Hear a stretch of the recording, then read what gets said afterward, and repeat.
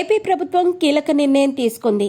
జగన్ ప్రభుత్వ హయాంలో ఏర్పాటైన గ్రామ, వార్డు సచివాలయాల ప్రక్షాళన దిశగా కూటమి ప్రభుత్వం అడుగులు వేస్తోంది. అందులో భాగంగా తాజాగా వాటిల్లో పనిచేసే ఉద్యోగుల జీతాల చెల్లింపుపైన ప్రభుత్వం తాజాగా ఉత్తర్వులు జారీ చేసింది. సచివాలయాల్లో పనిచేసే సిబ్బందికి బయోమెట్రిక్ ఆధారంగానే జీతాలు ఇవ్వాలని ప్రభుత్వం జిల్లా అధికారులను ఆదేశించింది. సచివాలయాల్లో ఉద్యోగుల జీతాలు ఇక బయోమెట్రిక్ హాజరు ఆధారంగానే చెల్లించనున్నారు. గ్రామ, వార్డు సచివాలయాల్లో పనిచేసే ఉద్యోగులకు బయోమెట్రిక్ తప్పనిసరి చేస్తూ ప్రభుత్వం తాజాగా ఉత్తర్వులు జారీ చేసింది.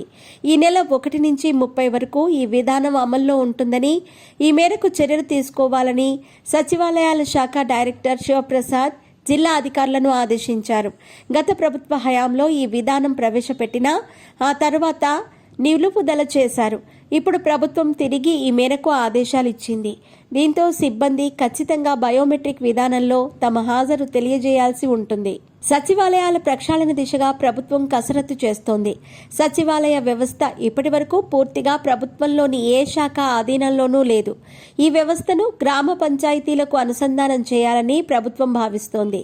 ఈ మేరకు అధికారులు కసరత్తు చేస్తున్నారు.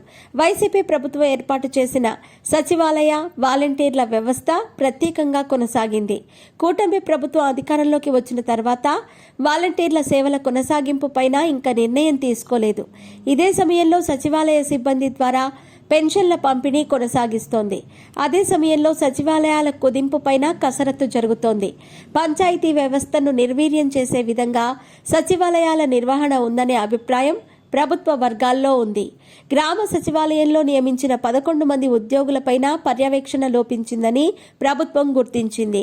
వారిపైన నియంత్రణ లేకపోవటం, వారంతా వేరువేరు శాఖల పరిధిలో పనిచేయటం వంటివి ప్రక్షాళన చేయాలని నిర్ణయించింది. ఇక నుంచి సచివాలయాలపై సర్పంచులకు కొన్ని అధికారాలు ఇవ్వాలని ప్రభుత్వం భావిస్తోంది. అదేవిధంగా పంచాయతీకి ఒక సచివాలయం ఉండేలా ఆలోచన చేస్తుంది. ప్రస్తుతం ఒకే గ్రామంలో 2 నుంచి 3 సచివాలయాలున్నాయి. దీంతో అక్కడ పనిచేస్తున్న సిబ్బందికి పూర్తి స్థాయిలో పని లేకుండా పోతుంది. ఇలాంటి వారిని గుర్తించి వారి సొంత శాఖలకు కేటాయించేలా ప్రతిపాదనలు సిద్ధమవుతున్నట్టు తెలుస్తోంది.